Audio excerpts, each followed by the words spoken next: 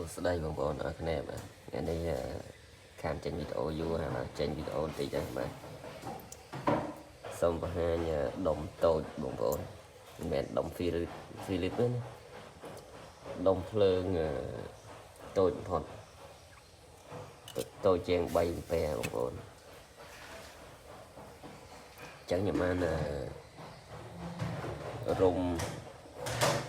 ខ្សែឆក់ហើយខ្សែបើខ្សែ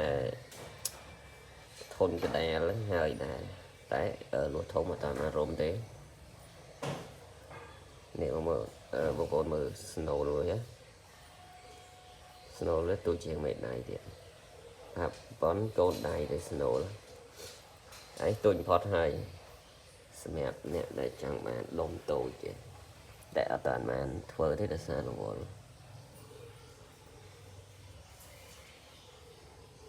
នេះធ្វើឲ្យបងប្អូនប្រកាសជាស្គាល់ហើយដុំភ្លើងដែលខ្ញុំយកមករុំហ្នឹងអញ្ចឹងចាំមើលវីដេអូខ្ញុំចេញបន្តទៀតបងប្អូនអាច subscribe channel ទៅដើម្បីតាមដានចាំមើលវីដេអូដែលខ្ញុំបង្ហោះចំពោះដុំនេះខ្ញុំរៀប file 2គ្រាប់ទេ